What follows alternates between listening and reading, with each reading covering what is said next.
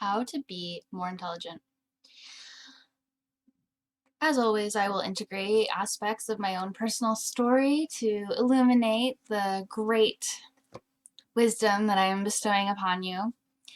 I cared in high school mostly about, at the beginning of high school, I cared mostly about popularity. I wasn't popular, I was trying. I cared about it and I was trying. And I cared about other people, and I cared about what they thought of me, and I cared about how I looked. I cared about brands. I cared about brands of shoes. I cared about how my hair looked. I cared about how my makeup looked. I spent a long time on my hair and makeup.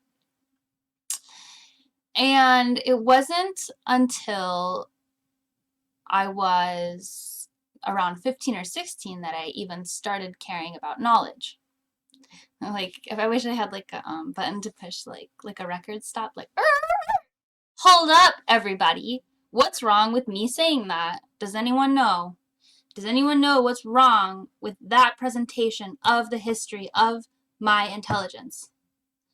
Maybe it's a little bit hard for you to know, but I will tell you.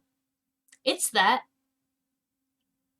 socialization, makeup, hair, shoes, those things are a form of intelligence. We, just like we split up spirituality and physicality, we split up these material things and these conceptual things. It's the same kind of splitting, and we think, oh well, it's not intelligent to care about what brands, what type of shoes that brand released last spring, right? We don't think of that. We think of that as a low thing that's not even close to intelligence. But that is a form of intelligence. And if you dedicate your life to caring about your hair, you're going to learn how to do hair really good. Do you know how hard it is to do makeup? If you don't wear makeup, go ahead and try to do Zendaya's makeup on your face right now. You're not going to be able to do it because she has the wisdom of how to do that makeup, and the knowledge and the intelligence and the practice and the talent of doing that. So, first of all, that's where I want to start. Where do you value knowledge? Because every day, almost, unless this has a lot to do with being open-minded. So if you're very close-minded, maybe not every day, maybe every month or every week, even if you're very close-minded, every once in a while, you're getting new information that you're integrating into your consciousness and you're integrating into your understanding of life. How are you valuing that information? Are you thinking that it's trivial? Are you thinking that it's better than what other people are taking into their consciousness? Everyone is always learning and always growing. Some, at a higher rate than others because they're more open-minded. But to value intelligence in a separate way and to say that some people have more of it than others is not entirely true, because every bit of information that we take into our consciousness is a level of intelligence. So if you are caring about only the most academic writers, did you know that Murakami just came out with one of his 1972 first books that just was published? Okay, how is that different than caring about what shoes they put out last spring? It's the same exact thing. All you're caring about is a product that was released. Just because it's made of words and not fabric doesn't mean anything. Intelligence is based on how open or how closed your mind is also.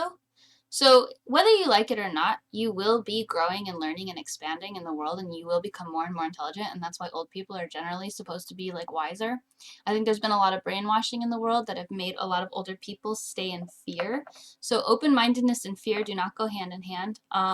Fear is a very closed-minded kind of thing. If you're afraid of entering into a new space, if you feel like you can't do something, you feel limited by your beliefs, you're not going to be expanding your consciousness as quickly or as efficiently as if you are open-minded and believing that you can. So to become more intelligent, first thing, Figure out what you're valuing as intelligence, appreciate the intelligence that you have currently, and know that you can learn anything. You can learn anything. Even if you have a learning disability, like, you can learn those things. It's going to take you longer than other people. But the truth is that I truly believe that we can learn anything. And it really starts with our understanding that we can. Because if we think that we can't, then we can't. That's the easiest way to do it. If we think that we can, then we can. So if you have something that you've always wanted to learn about, but you felt limited by your ability to learn about it, stop feeling that way. Every single person who knows about the thing that you want to know about started knowing nothing. No one is born. That's what somebody told me, when I took that drum machine class. She said, nobody was born knowing how to use a drum machine. It's like this weird understanding that, like, because we don't know it, we can't know it. Let go of that. Just be like, I can learn this. I can learn this. And that's how I got so smart personally. I'm open-minded. I'm curious. I have no limiting beliefs about, well, I'm working on that. I have almost no limiting beliefs about what I can and cannot learn. And I pick up every book that I can about anything. So for me, reading has been instrumental. Not everybody has to read, but reading is an amazing way to open up your consciousness and open up your mind. If you think that reading online is just as good as reading in books, you're wrong. It's different. And it's valuable as well, but there's information in books that is not yet online, and there's information that cannot be described, cannot be conveyed in the platform of the internet, other than in, written text and books, because it's more short form than can be relayed to in books. Now, I'm going to tell you, of most of the books that I've read, especially nonfiction, nonfiction is like true books, of most of the books I've read, they have been way too long. They don't need to be that long. They need to be probably 100 pages. But the standard is that they're about 400 or 500 pages, which is way too long. They don't need to be that long. So really, that's not relevant at this point, but just know that even if you just skim through books, even if you just read a little bit of books, that's a good start as well, because there's just different kinds of information in books than is available online. So part of that is just being open-minded. If I see something on, on Netflix that's like going to illuminate me to something new, if I see something on YouTube, if I see something on Facebook, if it's like a meme, and I'm like, what's that meme about? It's this curiosity, it's this unending curiosity that you can always take in and you can always search out. If you see something that you don't understand, look deeper. That's really all there is to it. And Einstein said something about how the brain is like a muscle that you exercise, and I have found that to be true. If I'm reading some text that is a little bit too hard for me to understand, I can feel it in my brain, and it kind of hurt. It makes me want to stop. I'm like, ugh, I don't understand this, and it's uncomfortable. But if you just keep reading it and you feel exercise, it's just like exercising. You're running, you're like, I don't want to keep running, I want to stop. Yeah, but if you keep running, then you're going to get in better shape. So it's the same with the depth of information. Books are great because they show you the power and potential of words. If you feel misunderstood, it helps with that. That's absolutely true, Victoria. It's a good point. It gives you an insight into someone else's mind really well. Especially fiction books can do that. So when you feel like something's too hard, look at it. Look at when you're like, this is too hard for me, and you want to shut down and you want to break down and you want to stop. That's, I think that's a valid way to feel. But then push through and just say, I don't have to feel this way. I can learn this thing. I'm just as good as anybody else. I have just as much potential as anybody else. I can learn whatever whatever the people I admire have learned, and I can even surpass their knowledge with dedicated attention to this one thing. Just give things your attention. It's part of the difference of like being woke, you know, is like you're just giving your attention to things. So that's all. Just recognize that you're already very intelligent. You've got all kinds of information around you all the time that's in your consciousness, that's outside of your consciousness.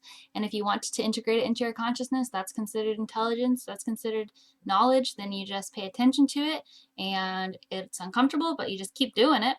Don't have limiting beliefs, and you will be a genius. You need bless. Do you guys have anything else you want to talk about today, Cam Church?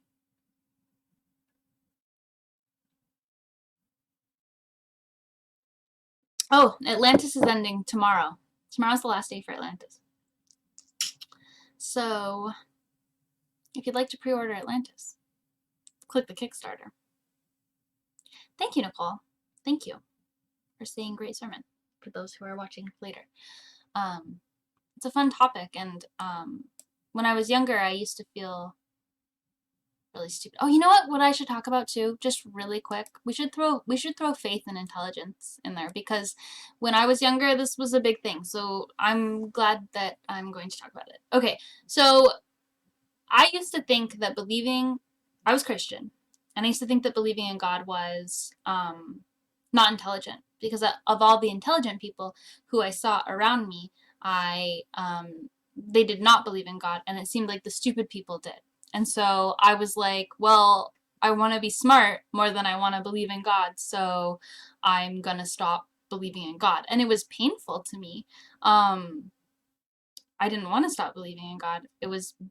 My faith was benefiting me, but I wanted to be intelligent. So, first of all, that's like a completely broken way of thinking. This is my think around for that, okay? If you have faith in something, whether it be God or yourself or anything else, doesn't matter what it is. If you have faith in something, and that faith makes you happy and it makes you a better person, then it is more intelligent to believe in that thing than it is to reject it and be miserable. Because joy is intelligent. It's intelligent to be joyous. So if you have faith in something and it makes you happy, and there's no proof that it's not true, even if there is proof that it's not true, it's more intelligent to live in a higher way and to be more joyous and more happy than it is to reject and deny those positive realities which could potentially come into your life, especially because belief makes real. It is not more intelligent to be cynical. The reason why it seems that way is because we have valued cynicism throughout culture for hundreds of years at this point, and we have elevated people who were depressed into this state of understanding. There is knowledge to be gained in darkness, and that is what we have been exploring. We've been exploring this intelligent darkness, because when you are sad and you go into a lot of internal thinking, and you start considering things and considering things and considering things, and it has the potential, if you keep on doing that, to take you down into this purely thought form kind of way of existing, where maybe you never want to lose yourself in the moment or be joyous or be social.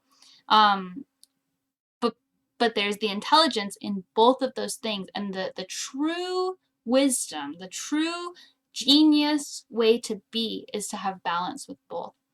To have fun, to relax, to let go, to look deeply, to let go, to have fun, to look deeply. It's this back and forth, and once you can merge the two, then you've got this really powerful thing. So it's a really big merging. It's a merging of taking what we've considered to be trivial information and elevating it and looking at the deeper information and seeing that as equal. It's this higher understanding. It's this merging of taking spiritual and physical. It's all these dualities we're just merging right now. They're false dualities. When you look at everything, it actually is all one, and the most intelligent thing to do is take care of yourself in your heart, and to follow your heart and follow your passions, and to do the things that you know are right for you to do.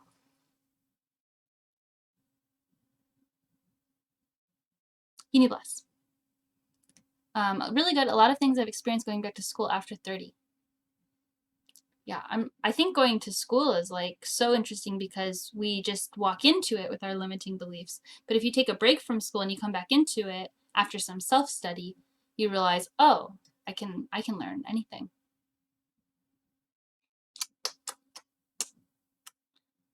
See you tomorrow for 7 p.m. where anything is possible. You be blessed.